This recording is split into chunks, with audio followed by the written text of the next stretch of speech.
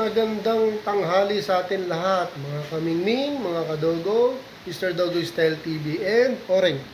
Ayun, si Oreng natutulog sa akin. Malambing talaga to. Oreng, oh, pikit pa isa mo to, pero isa dilat to. No. Okay. Mga kadogo, hingi akong tulong ng konti sa inyo. Ako naman nahingi ng tulong.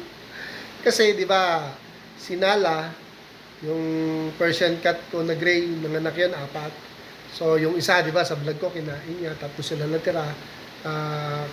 Nung kamakalawa, namatay din yung isa pa. Yung gray na kamukha niya. So, ang natira yung dalawang puti. May pangalan niya sa akin yun. Isa si Pacquiao, isa si Casimiro. Kasi isa may kulay dito, isa naman may black eye dito. Kaya, Pacquiao and Casimiro. Pangalan lang naman yun. Paborito ko din yung Pacquiao, medyo malaki siya dun sa isa. Problema ko ngayon, kasi pinapasok ko yun, remember, di ba, pinopost feed ko lang sila para mabuhay, to survive. Kasi parang hindi na sila ganun na susustain yung kailangan ng katawan nila dahil sa daddy ng nanay. Parang mahina maggatas yung dam ko, sinala. So, inaalalayan ko na ng gatas.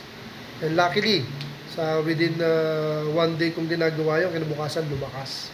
Kahapon yan, lakas. So, lumalabas na dun sa lagayan ko.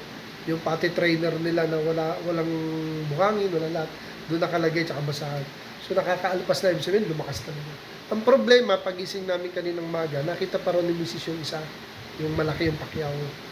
Tapos, so hinanap ko, dapat mag-iingay na nga naman, yung isa nag-iingay dito sa sala. Sa sala lang sila eh. Nakalagay doon yung lagay ng potty trainer. Hindi ko makita. So nag-imbestiga ako sa labas, may nakakita, meron daw puting na puti. Siyempre, wala naman sila knowledge kung imported yun or what, and besides, hindi naman nila kagad kukunan dahil kala nila kuting lang na nasa kanto. So, what I mean is positive, nakitang-kita nakalabas yung pusa ko. Kasi meron akong gate doon, yung drilling. Duda rin ako makalabas, kaya nagtanong ako sa ban. And yun nga, tama ang aking initial investigation, nakalabas.